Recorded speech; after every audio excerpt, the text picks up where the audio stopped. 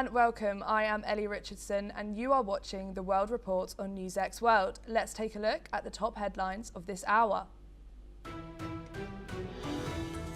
Protesters gather in Minneapolis to demand federal immigration agents leave after a 37-year-old man is fatally shot by Border Patrol, intensifying local outrage. Governor Tim Walz calls on President Trump to withdraw the agents as demonstrations and political tensions grow over the incident.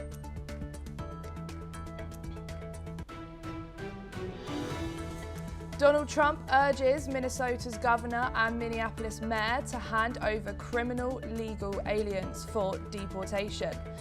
State and federal officials offer conflicting accounts of events leading up to the deadly shooting. China's President Xi Jinping calls India a good neighbour, friend and partner in a Republic Day message. Xi says bilateral ties are improving and important for global peace and prosperity. At least 104 political prisoners are released from jails across Venezuela, rights group says. Faro Penal says the release process is continuing and more freedoms are expected. A massive storm leaves over 1 million households without power and forces more than 10,000 flight cancellations across the US. Officials warn of life-threatening conditions from Texas to New England as at least 3 storm-related deaths are reported.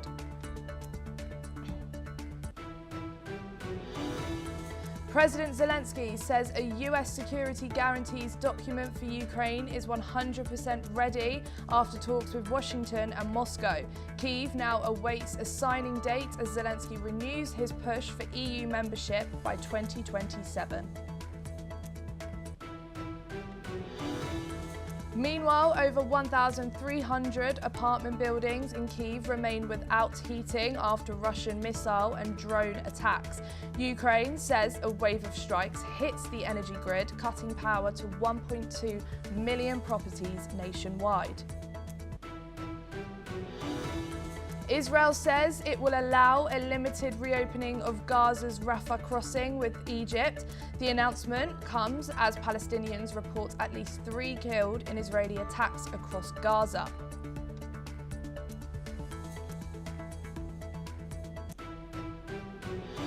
And for your top story this hour, Minnesota Governor Tim Walz and Secretary of State Steve Simon have rejected a demand from US Attorney General Pam Bondi to hand over the state's unredacted voter rolls.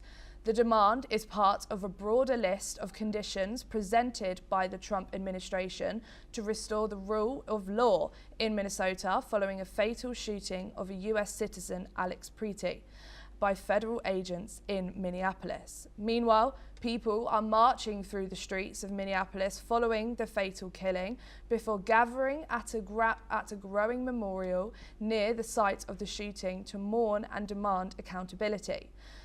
Demonstrators carried signs and chanted as they moved through the city, later laying flowers and candles at the memorial amid heightened tensions and calls for an end to the federal operation.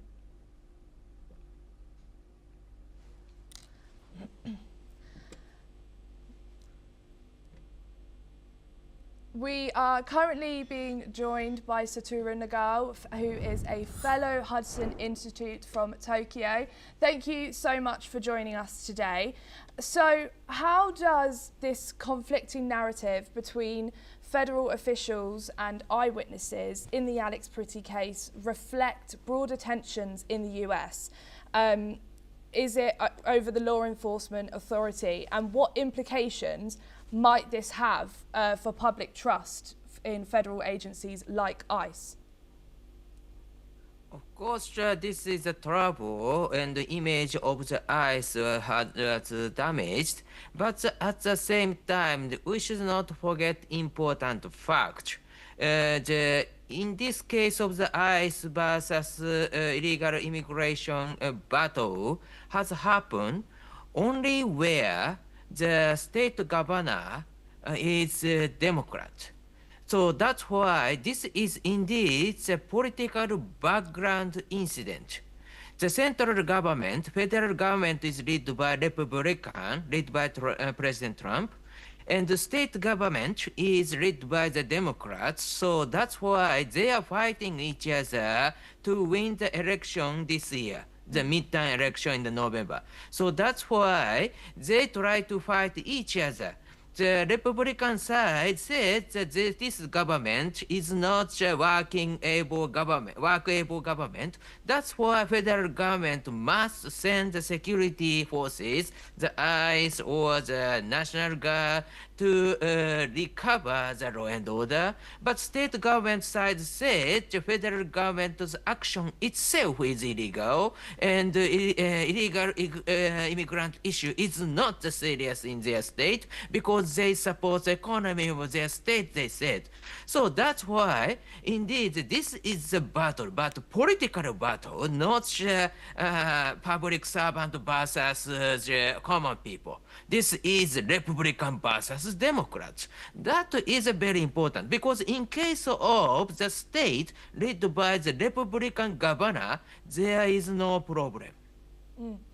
And you lightly touched on this, but how might the shooting reshape the domestic and international perception of the United States immigration enforcement?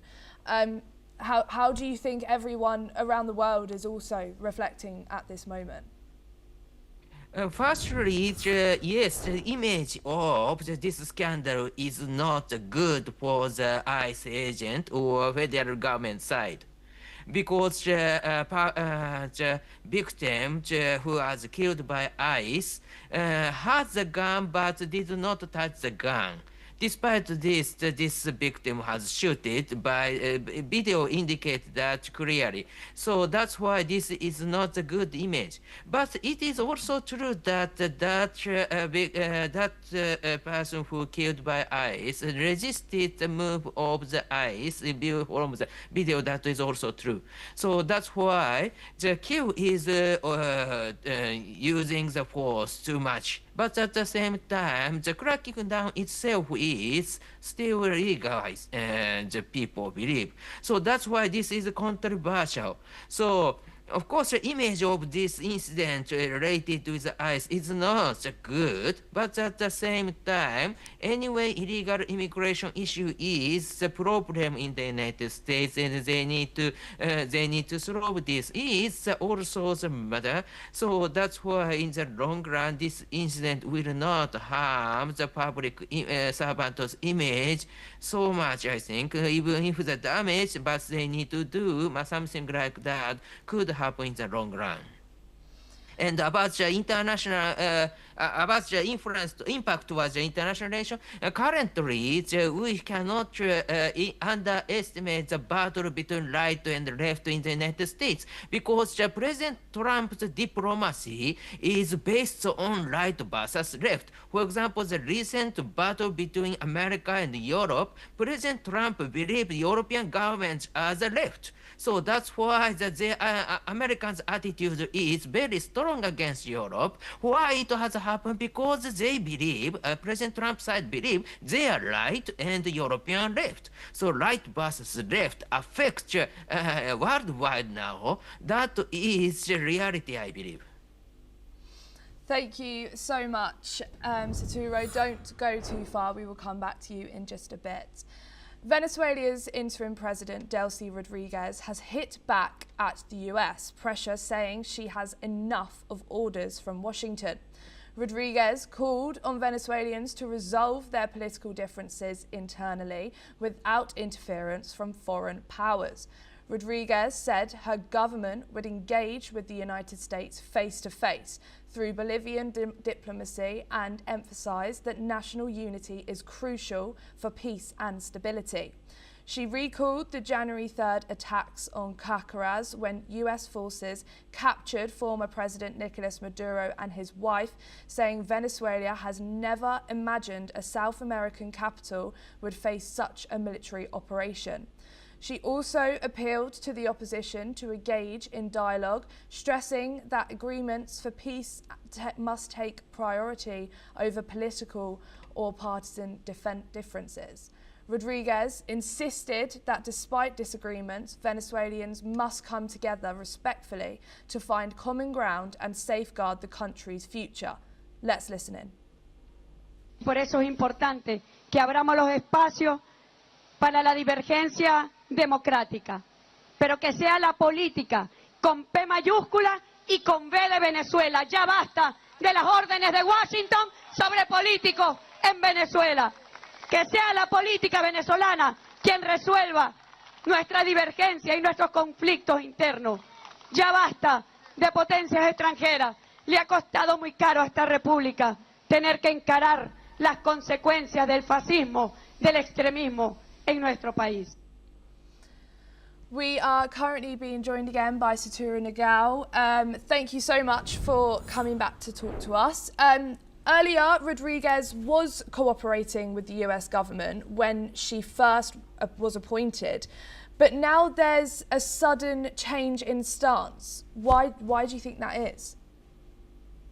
She do not want to create her image as a puppet of the United States, because to persuade the Venezuelan people, she should be the leader of the Venezuelan people, not a puppet or a proxy of the United States. So even if her fate is grabbed by the United States, so US can decide to who is the leader of Venezuela.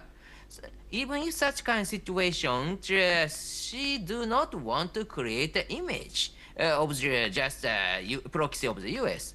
So that's why she said, but reality is who controls Venezuela is very clear, currently the United States.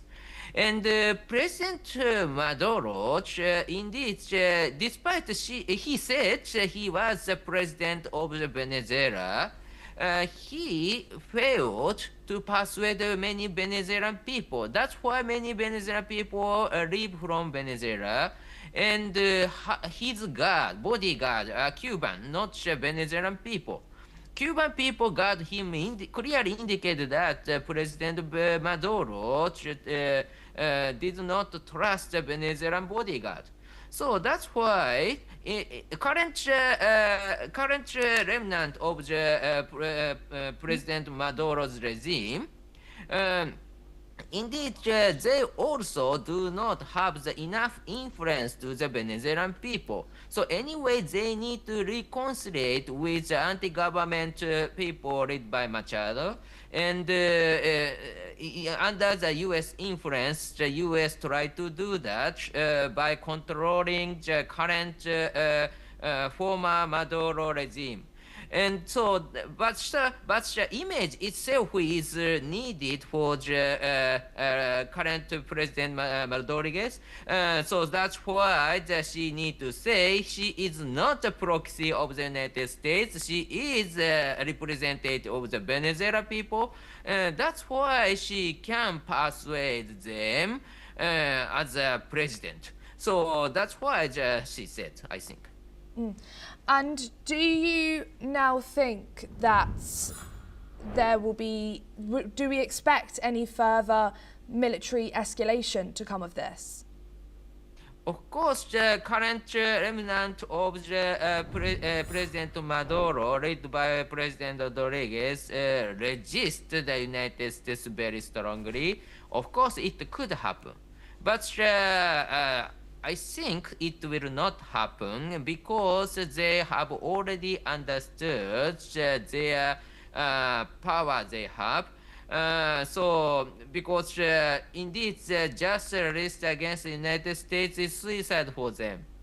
So, U.S. has enough military power to change the regime, but currently they allow the remnant of the President Maduro regime to govern the Venezuela.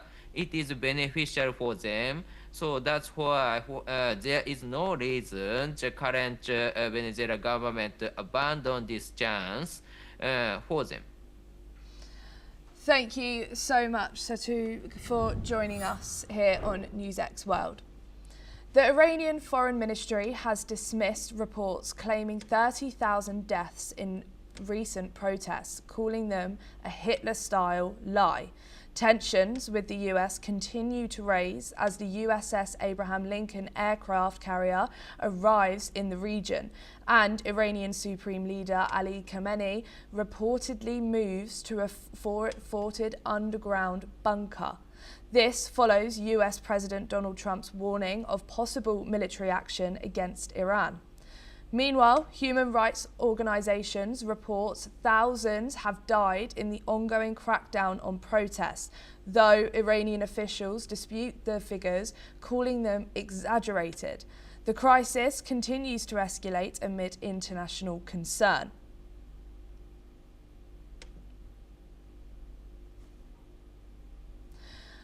We are now being joined by Lev Aran from a Middle East commentator in Tel Aviv. Thank you so much for joining us today here. So these conflicting figures, they're blaming Western figures for faking it. What do you have to say about this? Thank you for having me. No amount of rhetoric will change the fact that the Iranian regime had murdered many thousands of Iranians. And they try to cover it. Of course, we cannot delve into each and every case because it is a dictatorship. But I would not believe to a single word that the Iranian regime is saying right now. And we heard that the US carrier is nearly there. Do you think there's a possibility of US striking Iran, or would there be other measures? Unfortunately, we can say many things about Donald Trump, but we cannot say he's a predictable person. So on one hand, I believe that Pakistan, Saudi Arabia, other countries telling Trump, don't mess with Iran, we will try to sort it in a different way and so on. On the other way, Trump promised the protesters that he will protect them. And right now he feels a bit humiliated that the protesters were murdered by the Iranian regime, while he did actually, virtually he did nothing. So since for Trump many things are very personal, I believe that Trump will do something. Will it be big enough for the collapse of the Iranian regime? We cannot say it right now. But I do believe that the fact that we see so many American forces not far away from Iran means that something will happen. Mm. And there has been reports that the Supreme Leader has gone underground in a bunker. What does this tell us about him and his position with the US? First of all, we need to take into account that most Iranians hate the current regime. And if the current regime did not have so many guns and so many internal domestic intelligence, it would collapse. So in this sense, the Iranian regime has no legitimacy right now. Now we saw how brilliantly the Americans took Maduro from Venezuela. So right now, the Iranian Supreme Leader can trust nobody, even inside the Iranian regime. So bunker is the only option. And I hope that it will not help the Iranian regime, because when you're in a bunker, on one hand, you're safe. On the other hand, you cannot really control such a vast country like Iran via a bunker policy. Mm. Thank you so much for joining us today on NewsX World. Thank you so much for having me.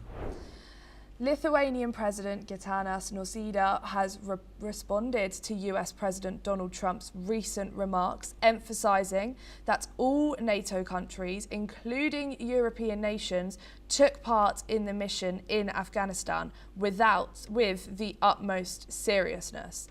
Nozida asserted that these countries were truly on the front line, directly addressing Trump's criticism that NATO troops stayed a little back from the front lines. Trump questioned NATO's commitment during the 20-year Afghan mission. These remarks sparked outrage in the UK, where Prime Minister Keir Starmer and others demanded an apology, especially given the sacrifices of NATO troops, including over 450 British personnel. Former South Korean Prime Minister Lee Hae-chan, a veteran politician and influential figures on the country's road to democracy, died at the age of 73 during an official visit to Vietnam's southern hub of Ho Chi Minh City. Hae-chan died after receiving an emergency medical treatment for a heart attack. President Lee Jae-myung has said that the country had lost a great mentor in the history of South Korea's democracy. However, Vietnamese Prime Minister Pham Minh Chinh has said that over the past few days, the Ministry of Foreign Affairs of Vietnam has closely coordinated with the People's Committee of Ho Chi Minh City and relevant agencies to provide the best possible medical care for Mr. Lee Hae-chan in Ho Chi Minh City. And due to severity of his illness, Mr. Lee Hae-chan passed away. Min Chi and other leaders have extended their deepest condolences to the South Korean government and the family. NASA is evaluating the possibility of an early liftoff for SpaceX Crew 12 following a rare medical evacuation from the International Space Station. The mission will carry 4 astronauts to the orbiting laboratory aboard the Crew Dragon spacecraft as part of NASA's Commercial Crew program. Crew 12 includes NASA astronauts Jessica Meir serving as commander and Jack Hathaway as pilot, along with ESA astronaut Sophie Adenot, marking her first space mission, and Roscosmos Andrei Fedorov. The crew will conduct search and assist with station operations during their months-long mission. The Crew 12 mission is set to launch aboard a SpaceX Falcon 9 rocket from Space Launch Complex 40 at Cape Canaveral, Florida. According to reports, the targeted launch window is no earlier than February the 15th, 2026, though these are discussions about launching earlier. NASA has scheduled 2 news conferences for January the 30th to discuss the final preparations for this highly anticipated mission. That's all we have time for this hour. Keep watching NewsX World for more news updates from around the world.